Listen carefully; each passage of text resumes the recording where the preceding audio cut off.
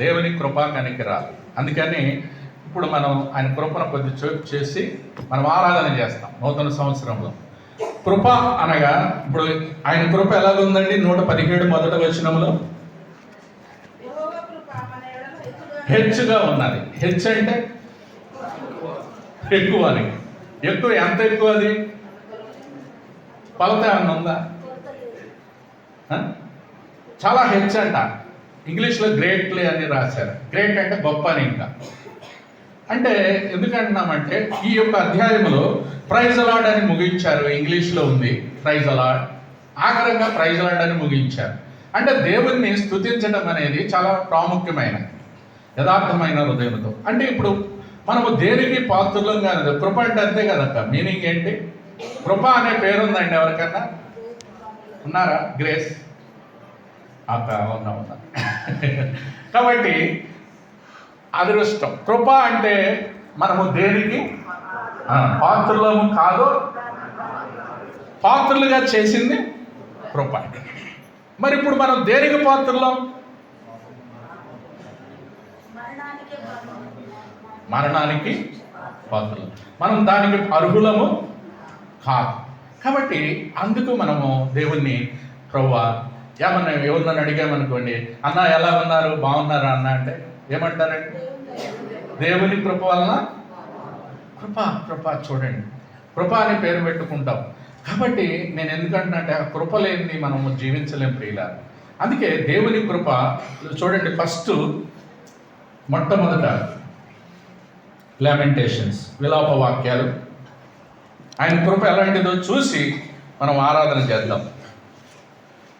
విలాప వాక్యాలు 3వ అధ్యాయము 21,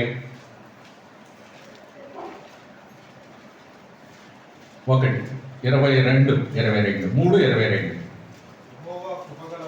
యెహోవా కృపగలవాడు, ఎడతెగక నిలుచున్నది కనుక మనము నిర్మూలము. అంటే మనము లయమ కాలేదు, మనము నిర్మూలము. ఎందుకు కాలేదు నిర్మూలం అంటే చెప్తున్నాడు. యెహోవా కృపగలగలను వాడు కాబట్టి మనము నిర్మూలము, మనము సజీవులం ఉంచారు. సజీవులమైన వారు ఆయన స్తుతిస్తారు కదా. అందుకే 23లో అన్నారు, అనుదినము నూతనముగా ఆయనకు వాత్సల్యత. చూడండి, అనుదినం. ఇప్పుడు కూడా అనుదినం ఆయన వాత్సల్యత మనకు కలుగుతున్నదే. కాబట్టి ప్రియులారా, యెహోవా కృప కలిగిన వాడు. రెండోది ఎఫెసీయులకు రాసిన పత్రిక, 2వ అధ్యాయము 4వ వచనం. అయినను దేవుడు కరుణా సంపన్నుడై ఉండి, అది గమనించండి, మనం అపరాధముల చేత సచ్చిన వారమై ఉండినప్పుడు మహాప్రేమ చేత అది మనల్ని బ్రతికించాడండి.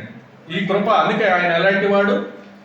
ఇక్కడ కరుణా సంపన్నుడు అన్నారు. ఎఫెసీ పత్రిక 2:4లో దేవుడు కరుణా సంపన్నుడై ఉండి మనం అపరాధముల చేత చచ్చిన వారమై ఉండినప్పుడు సైతం మన ఎడల తన చూపిన మహాప్రేమ చేత మనలను బ్రతికించినాడు. చచ్చిన వారిని బ్రతికించాడు. ఏం కృప అండి అది! అందుకనే కృప చేతనే రక్షించబడ్డారు. మనం ఇప్పుడు ఎట్లా రక్షించబడ్డాం? కృప చేతనే రక్షించబడి ఉన్నారు. క్రీస్తు యేసునందు ఆయన మనకు చేసిన ఉపకారము ద్వారా అత్యధికమైన తన కృప మహదైశ్వర్యమును రాబో యుగములో కనపరుచు నిమిత్తం క్రీస్తు యేసునందు మనల్ని ఆయనతో కూడా లేపి పరలోకమందు ఆయనతో కూడా. ఏం మాట అండి! చూడండి 7లో క్రీస్తు యేసునందు మనల్ని ఆయనతో కూడా లేపి పరలోకమందు ఆయనతో కూడా కూర్చుండబెట్టాడంట. అంటే ఆయనతో సహవాసం సోపతి ఇచ్చాడు మనకు. ఇప్పుడు ఆయనతో కూర్చుండి ఇప్పుడు ఎవరు చేస్తారంటే, ఇప్పుడు మనం ఎవరన్నా కేసీఆర్ గారు కానీ ఇప్పుడు సేవతో మనం భోజేస్తామండి. సహవాసం ఎవరితో చేస్తాం? ఎవరు సహవాసం? అంకులు చెప్పినట్టే ఎవరు సహవాసం ఎవరు ఉంటుంది?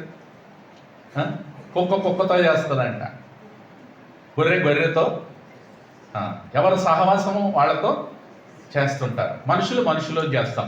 కానీ ఇప్పుడు దేవుడు మనల్ని చూస్తే ఇక్కడ మనం తన మహాప్రేమ చేత చూడండి పరలోకమందు ఆయనతో కూడా కూర్చుండబెట్టాడంట. మనల్ని ఆయనతో కూడా. ఆయన కృప చూడండి, ఆయనతో కూర్చుండబెట్టి మనతో ముచ్చట్లాడుతూ, అంటే ఈ విధంగా ఆయన కృపను బట్టి మనము జ్ఞాపకం చేసుకొని 8వ వచనం అందరం చదువుదాం.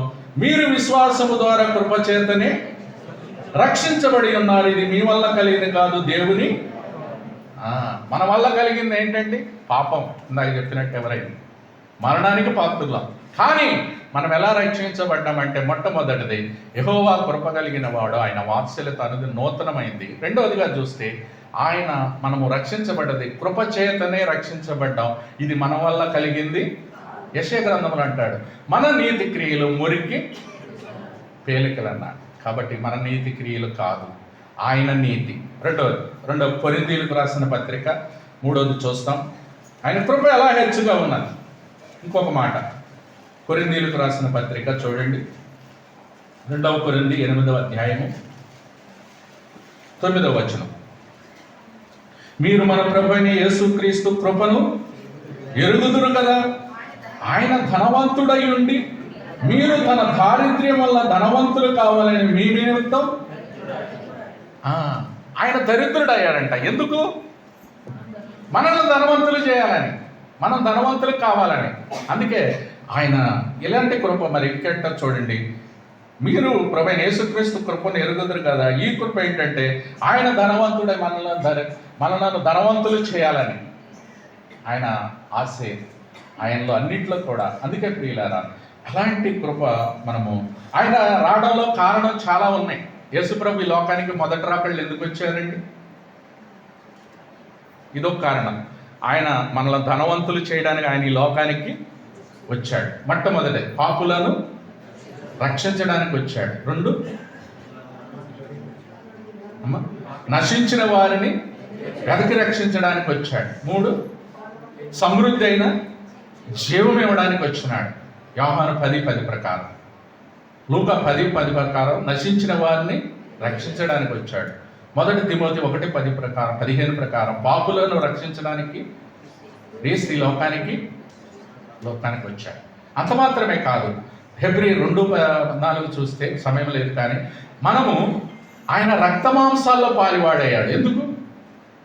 జీవితకాలం అంతయు మనము మరణ భయము చేత దాస్యమునకు లోబడిన వారిని విడిపించడానికి ఆయన కూడా రక్తమాంసాలు, అంటే కన్యక గర్భమందు జన్మించడానికి కారణం మన మరణ భయాన్ని తీసివేయడానికి.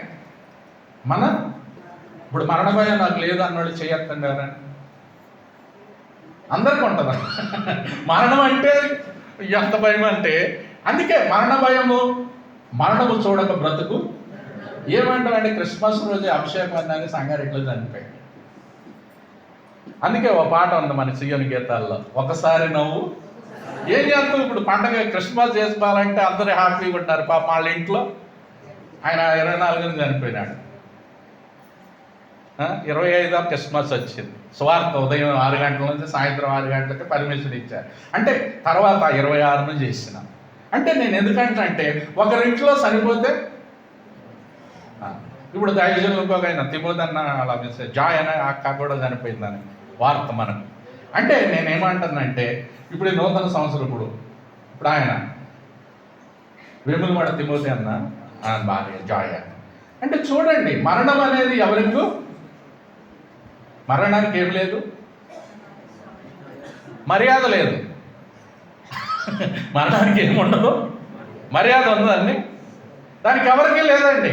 అందుకే హెబ్రీలకు రాసిన పత్రిక కొంతమంది మర్యాదగా మాట్లాడంటారు, కానీ దానికి హెబ్రీలకు 2:14 అన్న చూడండి.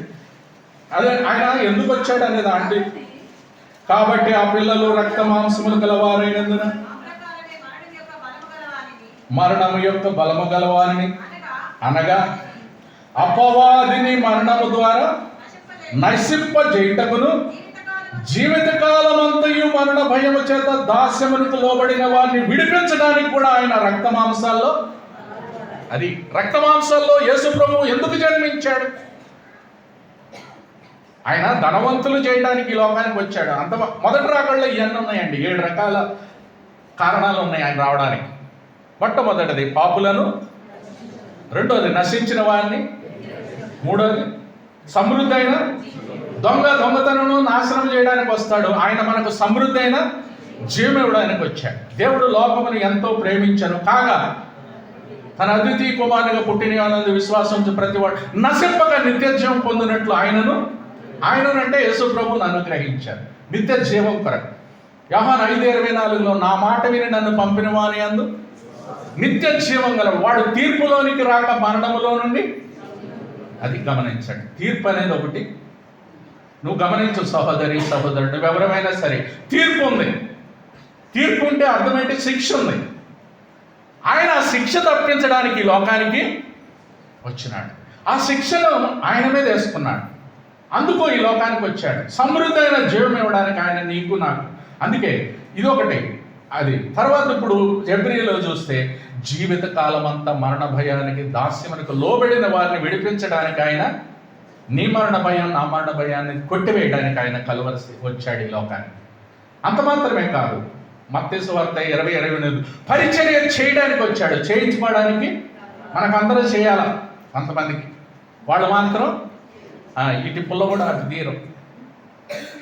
ఆయనైతే పరిచర్య చేయడానికి వచ్చాడు ప్రియుల. ఈ కారణాలన్నీ చాలా ఉన్నాయి. అందుకే ఇప్పుడు ఇక్కడ ఒక కారణం ఏంటంటే ఆయన కృపను మీరు ఎరుగుతుంది కదా. ఆయన ధనవంతుడై ఉండి కూడా దరిద్రుడుగా ఎందుకు వచ్చాడు? దరిద్రులా రావడానికి కారణం ఏంటి? నిన్ను నన్ను, అది ఆ కృపను. అందును బట్టి ప్రభువును ఆరాధన చేయాలి. ప్రభువా నీ కృప ఎంత హెచ్చైనది తండ్రి. అందుకే ఆ కృపను మనం జ్ఞాపకం చేసుకోవాలంటే యెషయా గ్రంథం, ఇంకొక మాట, యెషయా గ్రంథం 54:10 చూడండి. 10వ వచనం. పర్వతములు తొలగిపోయాను, మెట్టలు తత్తరిల్లిను, నా కృప నిన్ను. ఎంత ఏమి వాక్యాలండి. అంటే ఆ కృపను గురించి ఒకళ్ళ పర్వతాలు తొలగిపోవచ్చు, మెట్టలు, ఆయన కృప మాత్రం నిన్ను. అది గుర్తుపెట్టుకో సహోదరి సహోదరుడు. ఈ నూతన సంవత్సరం ఆయన కృప మనలను విడిచిపోదు. అందుకే నోవా కృపకు పాత్రుడయ్యాడంట. నోవాహు చూడండి ఆదికాండం, ఆయన ఏం పొందాడండి? ఆదికాండంలో ఒక మాట, 6వ అధ్యాయము 8వ వచనం. అయితే నోవాహు యెహోవా దృష్టి యందు, యెహోవా దృష్టి యందు కృప పొందాడు నోవా. మరి నువ్వు ఆ కృపను మీరు పాత్రులమయ్యామండి. మనం ఫస్ట్ మనం ఏంటంటే పనిష్మెంట్ మనకేం రావాలా? 103వ కీర్తన 103:10.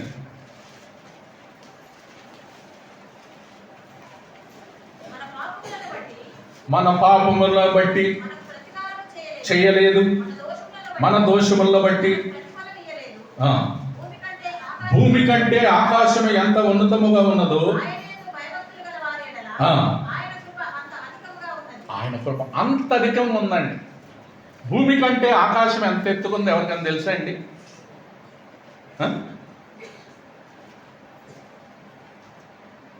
తెలియదు.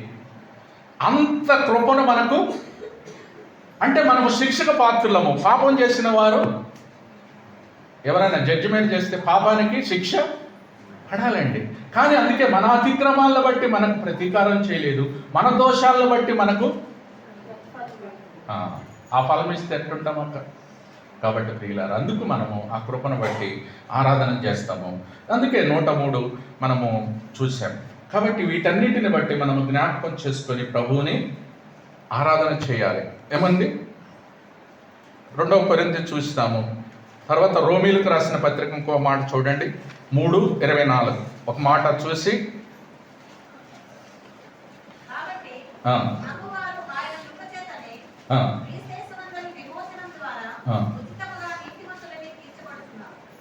అంటే కృప చేతనే మనం ఎట్టండి, మనం ఏమైనా ఖర్చు చేసామా దీనికి? కాబట్టి నమ్మువారు కృప చేతనే, బై గ్రేస్ వి జస్టిఫైడ్. అంతే, by grace we are all justified. అంటే మనం కృప చేతనే రక్షించబడ్డాం. ఇది మన వల్ల కలిగింది, క్రీస్తు యేసు విమోచన ద్వారా ఉచితముగా, అంటే పుక్కటగా నీతిమంతులుగా తీర్చబడ్డాం. అలా నీతిమంతులుగా తీర్చుట ద్వారా రోమీలకు రాసిన పత్రిక 5:1 ఏమొచ్చింది మనకు? కాబట్టి విశ్వాస మూలమున మనము తీర్చబడి సమాధానం కలిగి ఉన్నాం. అంటే ఆయన ఎప్పుడైతే విశ్వాసం ఉంచామో మనకేమొచ్చిందండి? సమాధానం వచ్చింది.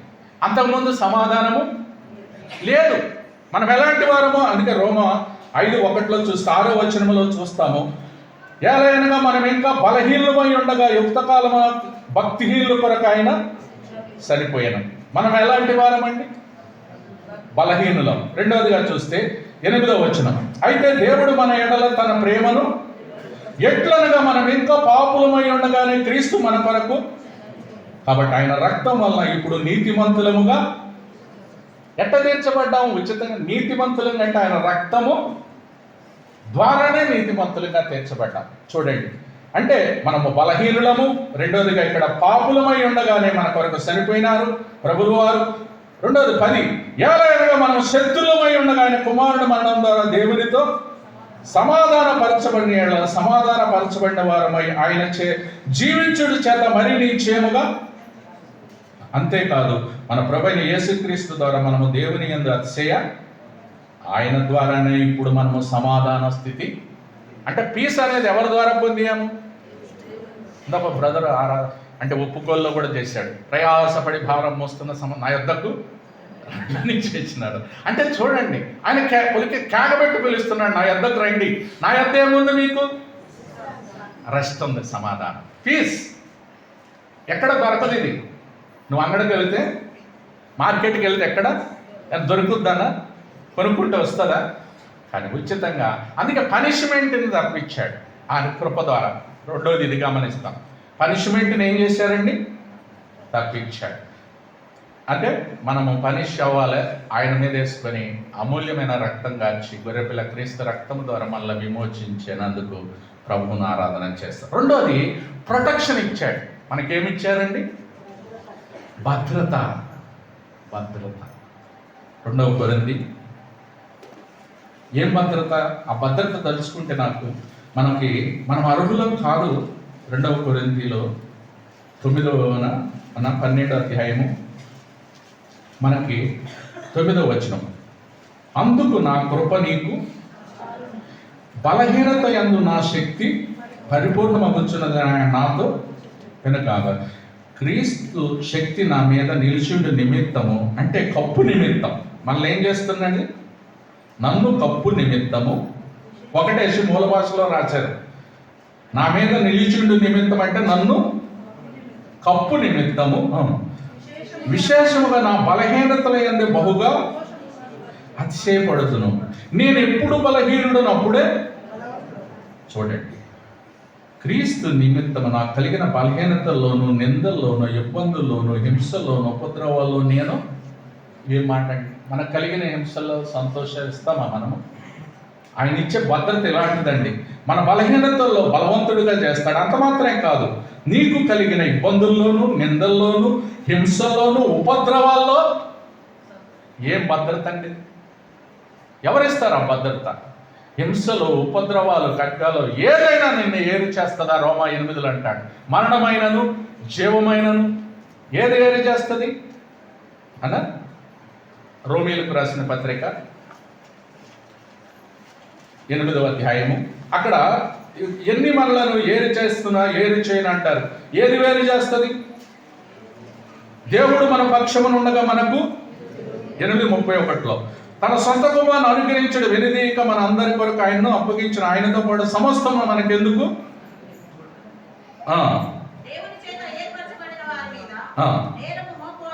ఎవడు?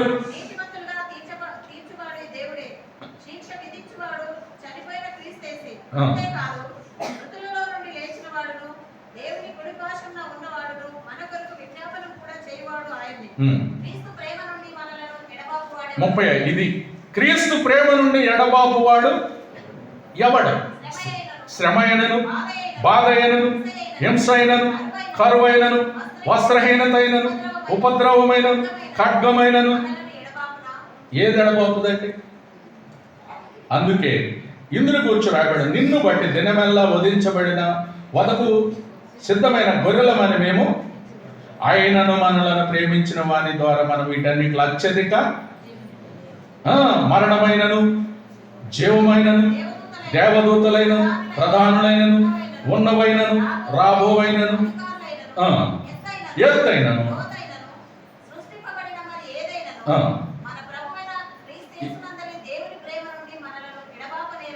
ఎడబాపనే రూఢిగా ఆయన భద్రత నుంచి మళ్ళీ ఎవరు ఎడబాపలేరండి.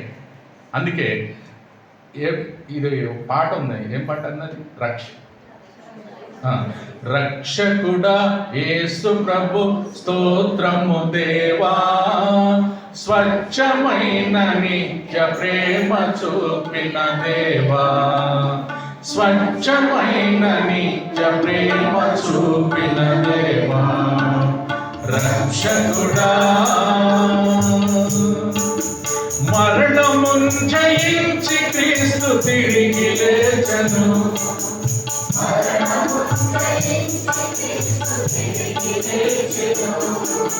మరణమైనను జీవమైనను, మరణమైనను జీవమైనను, ప్రభు ప్రేమ నుండి నన్ను వేరు చేయునా, క్రీస్తు ప్రేమ నుండి నన్ను వేరు చేయునా, రక్షకుడా రక్షకుడా యేసు ప్రభు స్తోత్రము దేవా, స్వచ్ఛమైన నిత్య ప్రేమ చూపిన దేవా, స్వచ్ఛమైన నిత్య ప్రేమ చూపిన దేవా, రక్షకుడా.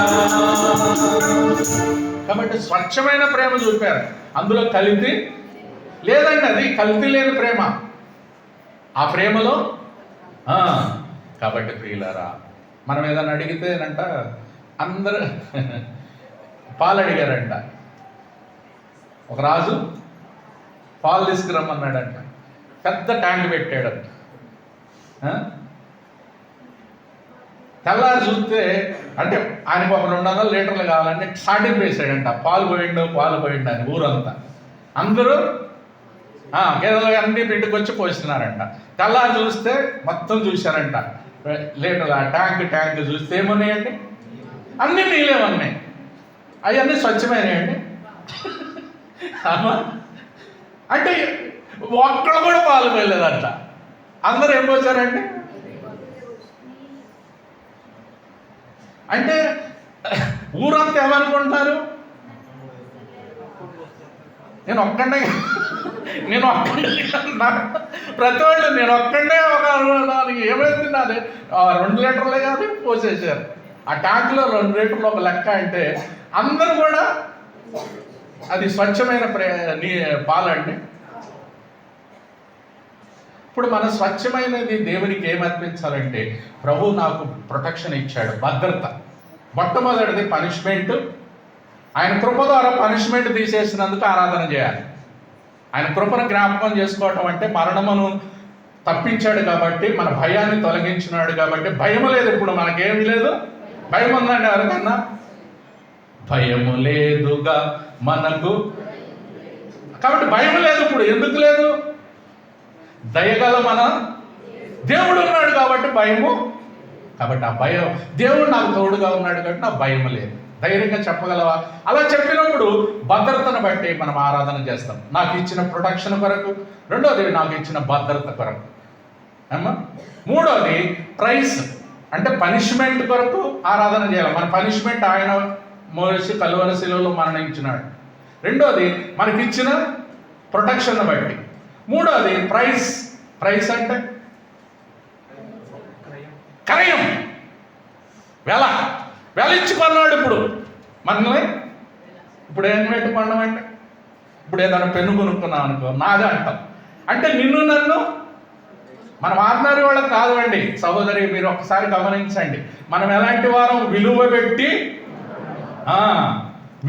కొన్నారు నిన్ను నన్ను.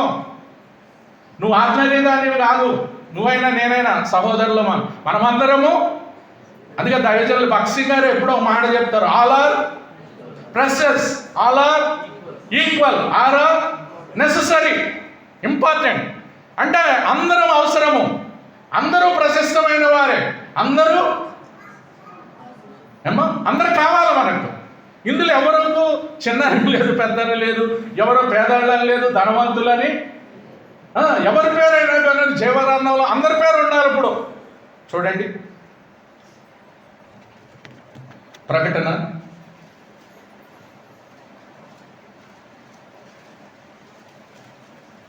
నీకు ఇచ్చిన ప్రొడక్షన్ బట్టి సమర్పణ మనము, ఎందుకంటే ఇది లేకుండా మనం ముందుకు వెళ్తాం వేస్ట్. మొట్టమొదటి మెట్టు ఏంటంటే ప్రకటన గ్రంథం 20వ అధ్యాయము 12వ వచనం. గొప్పవారేమి కొద్దివారేమి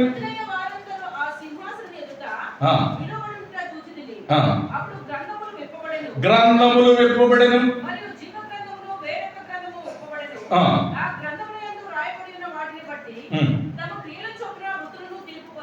క్రియల చొప్పున తీర్పు. చూడండి, గొప్పవారేమి కొద్దివారేమి, మృతులైన వారందరూ ఆ సింహాసనం ఎదుట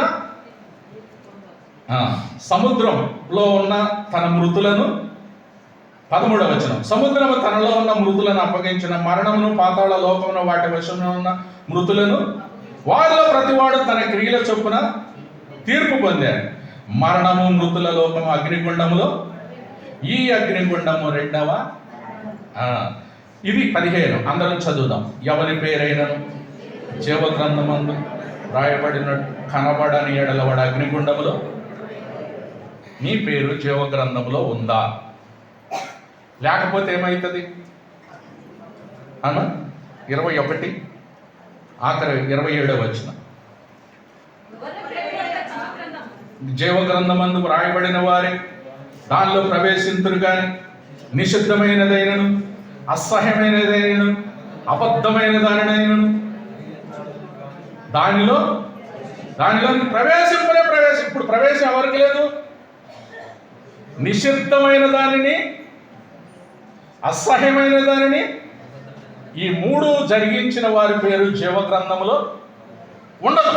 నిషిద్ధం అంటే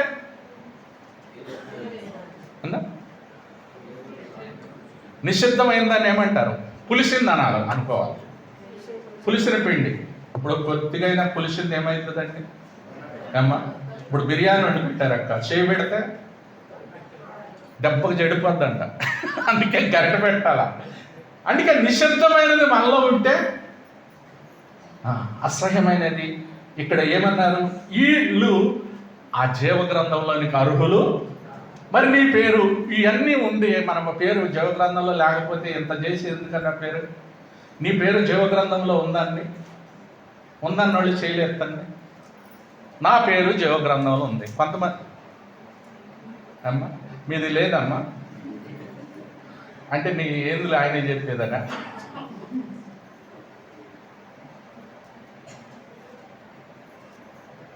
అక్క ఒక్కసారి అక్క చూడు, అక్కడే ఉంచుతుంది పాపం. ఎవరన్నా ఒక్కళ్ళు కూడా లేపలే అమ్మ.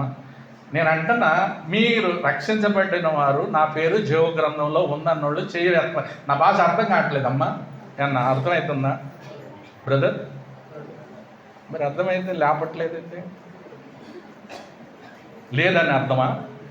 సారీ, నేనే తప్పు అర్థం చేసుకున్నా. లేదేమో కాడ, అంతే కదా. లేపట్లేదంటే అర్థం ఏంటన్నా? ఇప్పుడు ఎవరి పేరైనను జీవగ్రంథంలో రాయబడినట్టు కనబడిన ఎడల వాడు అగ్నిగుండంలో. అది నేను అందా ఏంటంటే నీ పేరు జీవగ్రంథంలో ఉందని నిరీక్షణ ఉందా? ఉన్నోళ్ళు చేయత్తమన్నా రైతులా. ఇప్పుడు మంచిది, నా మాట అర్థం కాలేదు. కాబట్టి ఎవరి పేరైనను జీవగ్రంథంలో రాయబడినట్టు కనబడిన ఎడల వాడు ఎవరు రెండో మరణానికి పాత్రులు? అమ్మా, మనిషికి 2 మరణాలు ఉన్నాయి కదా. ఎన్ని మరణాలు అండి? మొదటి మరణం అందరికి కామన్, ఇప్పుడు పుట్టిన వారు అందరం మరణిస్తాం. కానీ రెండవ మరణం అందరికీ కాదండి. అందుకే ఎవరి పేరైతే జీవగ్రంథంలో ఉంటుందో వారు రెండవ మరణానికి పాత్రులు. అందుకే అంటున్నాం. అందుకే మన పేరు లేకపోతే ఇప్పుడైనా ప్రభువా నేను పాపి తండ్రి, నా పేరు జీవగ్రంథంలో రాసుకోవాలి అని ధైర్యంగా రాసుకుంటే నీకు నరకము శిక్ష. అందుకే నరకం ఉంది, నువ్వు నమ్మినా నమ్మకపోయినా. పాతాళం అనేది ఉంది, నరకం ఉంది. రెండే దారులు, ఒకటి పరలోకం, మన సువార్తలో చెప్పేది, ఒకటి నరకం. ఏది కావాలి నీకు? అందుకే ఒక్కసారి పుట్టినోడి కంటే 2 మరణాలు ఉంటాయి. వాళ్ళు ఎవరైనా కానీ ఒక్కసారి అంటే తల్లి గర్భంలో పుట్టినోళ్ళు ఎవరు, రెండోసారి పుట్టాడు అనుకో ఒక్కటే మరణం. అర్థమైందన్న? నువ్వు 2 సార్లు పుట్టినావా, ఒక్కసారి పుట్టినావా? నువ్వు ఆయన కృపకు నువ్వు పాత్రుడు అయినావా? 2 సార్లు పుడితే ప్రైజ్ అలా. పుట్టకపోతే ఇప్పుడన్నా యోహాను సువార్త ఎట్ట పుట్టాల? యోహాను 3 చూడండి. యోహాను సువార్త 3 అక్కడ భక్తుడు ఎలా పుట్టాలో చెప్తాడు. 3వ వచనం. ఎట్ట జన్మించాలి? క్రొత్తగా జన్మించితేనే కానీ నిశ్చయముగా చెప్పుచున్నాను.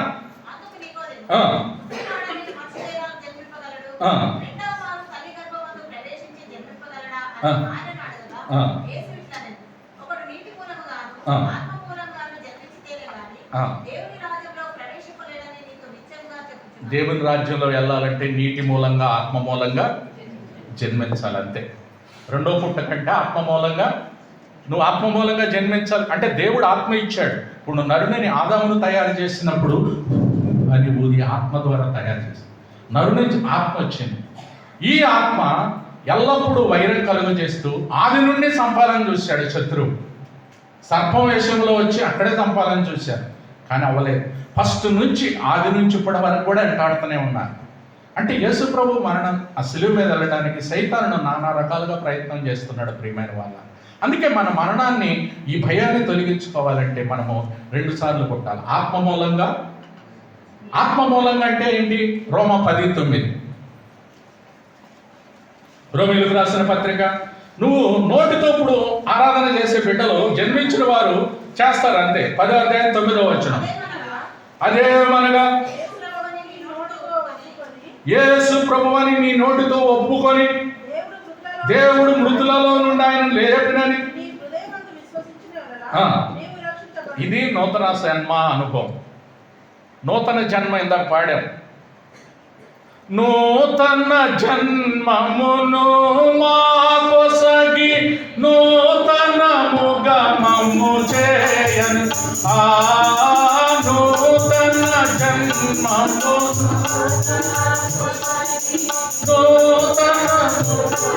ఆ నూతన జన్మ కావాలంటే రెండో పుట్టుక అదేమనగా యేసు ప్రభు అని ఒప్పుకోవాలా. ఆయన మృతులలో నుండి తిరిగి లేచాడని నీ హృదయమందు నువ్వు విశ్వసిస్తే రక్షింపబడతావు. అది ఆత్మ మూలంగా జన్మించడం. అపోస్తలుల కార్యాలు. అందుకే ప్రియులారా, మరి నీ జన్మ నువ్వు జన్మించావో లేదో నాకు తెలియదు. ఎవరు కూడా మీ పేరు జీవ గ్రంథంలో ఉందా అంటే చెప్పలేకపోతున్నాం. 2వ అధ్యాయము అపోస్తలుల కార్యాలు 37వ వచనం. వారు ఈ మాట విని నొచ్చుకొని అంటే ఏమి రాశారండి? పొడుగు పడ్డారంట. హృదయంలో పొడుచుకొని సహోదరులారా అడగగా పేతురు చెబుతున్నారు, మీరేం చేయాలండి? మారు మనసు పొంది పాపక్షమాపణ నిమిత్తం బాప్తిసం పొందుడి. అప్పుడు ఎప్పుడు మారు మనసు అనుభవం ఉండాలి. రెండోది పాపక్షమాపణ పొందాలి, అంటే రక్షణ అనుభవం. మారు మనసు పొంది ఆత్మలో నువ్వు పాపక్షమాపణ పొందిన తర్వాత యేసుక్రీస్తు నామమున బాప్తిసము. మూడోదిగా అప్పుడు పరిశుద్ధాత్ముడు నీలోనికి ఎప్పుడు వస్తాడు? పరిశుద్ధాత్ముడు. కొంతమంది తప్పుడు బోధలు ఏంటంటే నువ్వు పరిశుద్ధాత్మ పొందుకున్న తర్వాత బాప్తిసం ఇస్తారని కొంతమంది చెప్తారు. రాంగ్ డాక్ట్రిన్ అది. బైబిల్ ప్రకారం ఏంటండి? మారు మనసు పొందాలా, పాపక్షమాపణ పొందాలా, నీకు రక్షించబడే అనుభవం ఉండి నువ్వు ఎప్పుడైతే చేస్తావో అప్పుడు నువ్వు బాప్తిసము, అప్పుడు పరిశుద్ధాత్ముడు లేని వారికి బైబుల్ అనేది ఈ జీవ గ్రంథం అర్థము కాదు. ఎవరికైనా అర్థం అవ్వట్లేదంటే అర్థం ఏంటండి? లేడు. నువ్వు లేని వాళ్ళతో ఎందుకు వాదన పెట్టుకుంటావు అండి? వాళ్ళల్లో పరిశుద్ధాత్మ వరము లేదు, నువ్వు వాళ్ళతో డిస్కషన్ పెడితే యేసునామం అవమానం కదా. నేను చూస్తున్నా చాలామంది అన్న డిస్కషన్లో టీవీలో కానీ కొంతమంది వేరే వాళ్ళతో డిస్కషన్ పెట్టి యేసునామాన్ని ఏం చేస్తున్నారు? అవమానం. ఎందుకు? వాళ్ళల్లో పరిశుద్ధాత్ముడు వరం లేదు. ఎందుకంటే వారికి మారు మనసు అనుభవం లేదు, రక్షణ అనుభవం అంటే తెలియదు, రెండో పుట్టుక అనుభవం లేదు, వారి పేరు జీవ గ్రంథంలో లేదు, ఏమీ లేకుండా ఎలా తెలుస్తుంది? ఏమో వాళ్ళతో నువ్వు డిస్కషన్ పెట్టి యేసునామాన్ని అవమానపరుస్తారు. ఎందుకు? అలా ఎరిగినప్పుడు వాళ్ళకి ఏం పొందుతారండి? కృప. అందుకే మనకు సమర్పణ కలిగి ఆయనను, మూడవదిగా ప్రభువుని నూతన సంవత్సరంలో ప్రవేశపెట్టాం. ఆయన కృపను బట్టి మనం హెచ్చుగా ఉన్నది అన్నాం. ఆయన కృప హెచ్చైనది కాబట్టి ఆ కృపను మనం ధ్యానిస్తుంటే చూసాం చాలా. కానీ మొట్టమొదటిది పనిష్మెంట్ తీసేసినందుకు, రెండోది ప్రొటెక్షన్ ఇచ్చినందుకు, మూడోది ప్రైస్ అంటే అది. అందుకే అబ్రహాము ఏం చేసి వెళ్ళించాడన్న, ఇప్పుడు బ్రదర్ ఎక్కడ చెప్పారు, సమర్పణ. అబ్రహాము తన కుమారుణ్ణి, ఏకైక కుమారుణ్ణి అప్పగించాడు, ఇస్సాకును బలిగా. అది సమర్పణ అంటే. సమర్పణ అంటే మామూలు మనగా అది ఏం సమర్పణ మందు? అంకుల్ అన్నారు, యాండ్రూస్ అంకుల్ ఒకసారి అంటారు, ఏమి నీ దగ్గర తేమ ఉందా, ప్రేమ ఉందా అన్నారు ఒకసారి మెసేజ్. తేమ అంటే ఏంటి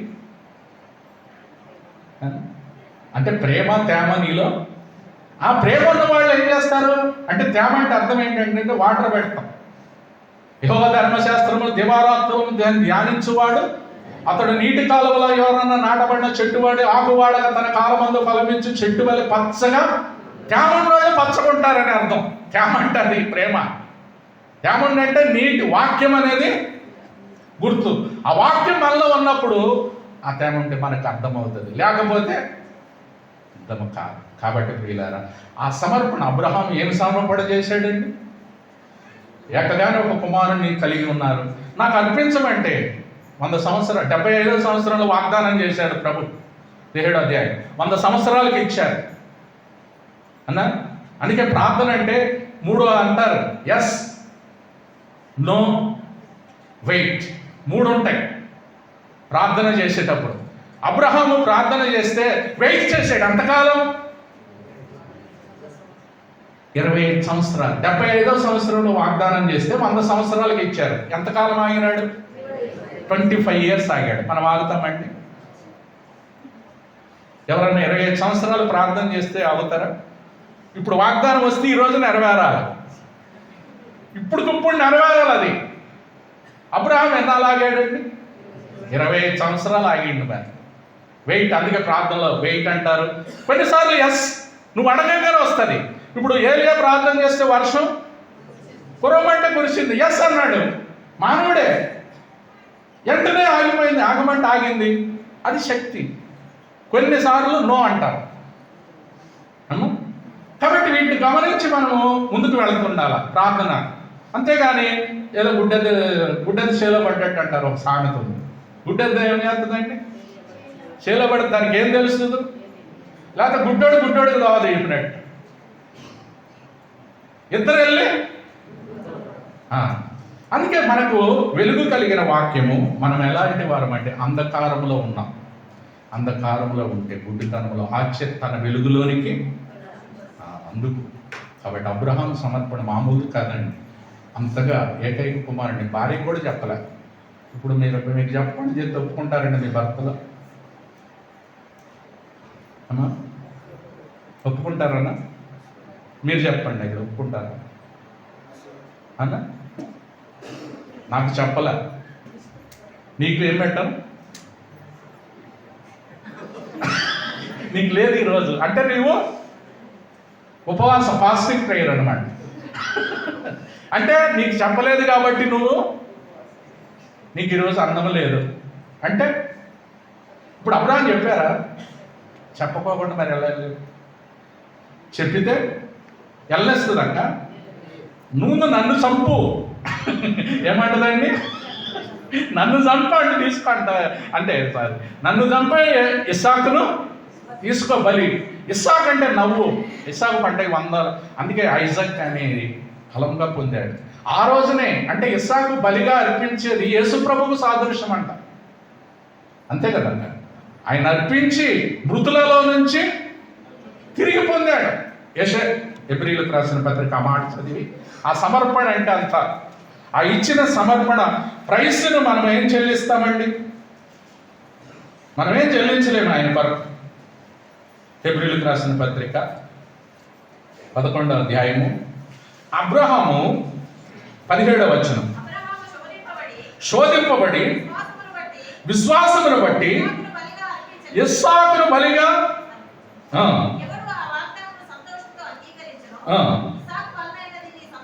అనబడును.